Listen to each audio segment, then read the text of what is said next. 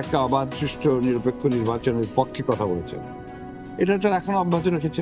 এই বাংলাদেশের বর্তমান অবস্থার পরিস্থিতি তারা এতটুকু খুশি না, কিন্তু তারা তো আপনি জানেন যে বাংলাদেশের নির্বাচন ইস্যুতে পশ্চিমারা তাদের অবস্থান পরিবর্তন করেনি বলে দাবি করেছেন বিএনপির মহাসচিব মির্জা ফখরুল ইসলাম আলমগীর। রাজধানীর গুলশানের চেয়ারপারসনের কার্যালয়ে যুগপথ আন্দোলনের শরিক গণফোরাম ও বাংলাদেশ পিপলস পার্টির সঙ্গে বিএনপির লিয়াজো কমিটির বৈঠক শেষে সাংবাদিক প্রশ্নের মন্তব্য করেন মির্জা ফখরুল ইসলাম।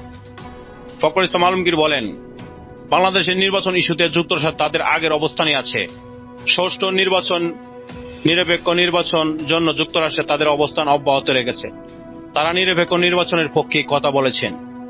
তারা তাদের যেগুলো প্রয়োজনীয় উপকারী বিষয়গুলো নিয়ে কাজ করে যাচ্ছেন, তবে তারা এদেশের জনগণের বিরুদ্ধে গিয়ে কোনো কাজ করছেন না। সরকার একটা ভয়ের আবহাওয়া সৃষ্টি করেছে। তারা নতুন নতুন নির্বাচন কৌশল বের করে ডামি ইলেকশন, নিশিরাতের ভোট করে দেশের জনগণ নির্বাচন বর্জন করেছে। তারা সেখানে ভোট দিতে যায়নি। মানুষ চায় নির্দলীয় নিরপেক্ষ সরকারের অধীনে নির্বাচন হোক। ফখরুল বলেন, ক্ষমতায় টিকে থাকার জন্য সরকার সব ধরনের অপকৌশল অবলম্বন করেছে। সমস্ত রাষ্ট্রযন্ত্রকে ব্যবহার করে গোটা দেশে একদলীয় শাসন ব্যবস্থা কায়েম করেছে। রাষ্ট্রীয় সন্ত্রাসের মাধ্যমে ভোটারদের কেড়ে নেওয়া হয়েছে। মানুষের অধিকার ফিরিয়ে আনতেই কাজ করেছে বিএনপি ও যুগপথের শরিকরা। ফখরুল বলেন, পেশিবাদী সরকার ক্ষমতায় টিকে থাকার জন্য সব রকমের অপকৌশল গ্রহণ করেছে। স্বাধীনতার চেতনাকে বলুণ্ঠিত করে নিজেদের ক্ষমতাকে পাকাভুক্ত করার জন্য সমস্ত প্রতিষ্ঠানকে ধ্বংস করেছে। গোটা রাষ্ট্রকে তারা একদলীয় রাষ্ট্র ব্যবস্থায় নিয়োজিত করেছে। দেশের মধ্যে একটা সন্ত্রাস সৃষ্টি করেছে। এরকম পরিস্থিতিতে তারা উপজেলা নির্বাচন করেছে, যা দেশের মানুষ বর্জন করেছে। দেশের মানুষ চায় অবাধ নিরপেক্ষ সুষ্ঠু নির্বাচন, নির্দলীয় নিরপেক্ষ ভোটের মাধ্যমে তাদের মতামত দিতে চায়।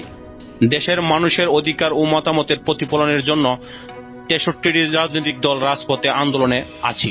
এই সরকার রাষ্ট্রযন্ত্রকে বেআইনিভাবে ব্যবহার করে ক্ষমতায় দখল করে আছে।